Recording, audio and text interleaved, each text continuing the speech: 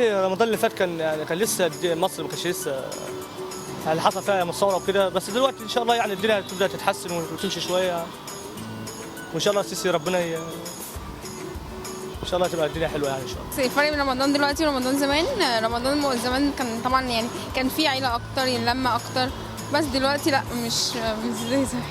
لا دلوقتي فرق كبير جدا.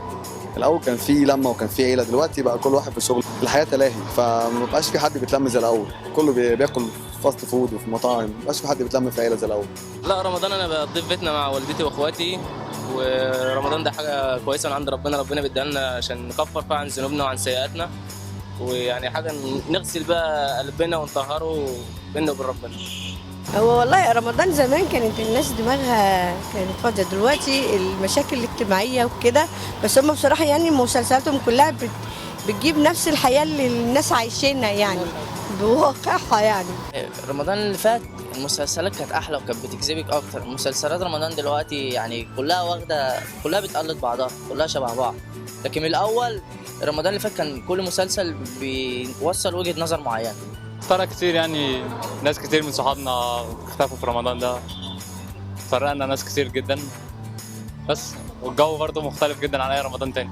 رمضان زمان ورمضان دلوقتي، رمضان زمان يعني انا مش هقدر احكي عن زمان قوي لان انا مش من زمان قوي انا لسه صغير برضه عشان ما اقدرش احكي عن، بس هو رمضان دلوقتي سريع شويه كده ومبقاش فيه زي يعني، كان الناس بتخرج كتير وكانت يعني الفطار بره والسحور كان بيبقى بره بشكل جميل. دلوقتي بقى كله في البيت، ممكن اغلب الناس تقضي اليوم كله يوم، مش عارف عشان حر ولا عشان اكتئاب ولا ايه، بس هو غالبا يعني بيبقى الناس بقت تقضي رمضان في البيت اكتر يعني، بس مبقاش حد يخرج ولا حد، ده اللي هو مش حاسينه في الايام دي يعني.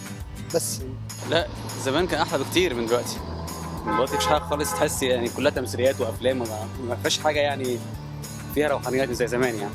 بس عدد الاعلانات كانت قليله، دلوقتي بقت مبالغ فيها جدا، والواحد ما بقاش يعرف يتابع المسلسل من كتر الاعلانات، فيقعد يغير من قناه لقناه، فبقى يتفرج عليه على اليوتيوب. بقى بقينا نتفرج على اليوتيوب، ما بقاش الجو بتاع التلفزيون، ما بقاش هو الجو بتاعنا يعني. والله رمضان زمان كان يعني احلى من دلوقتي، كانت الناس شويه حلوه عن دلوقتي، كان في خير اكتر من الايام اللي احنا فيها دلوقتي، بس كده. هو مختلف كتير الصراحه، يعني دلوقتي رمضان ما تحسيش بيه يعني، اللمه وكده ما تحسيش بيها، لكن زمان على طول تلاقي العيله كلها مع بعض كل يوم، يعني مش مقتصره في يوم اللي انت معزوم فيه ده، كانت تقريبا هي كل يعني في الشهر كلها على طول مدى الشهر ده بتبقى موجوده فيها. رمضان زمان كان احلى،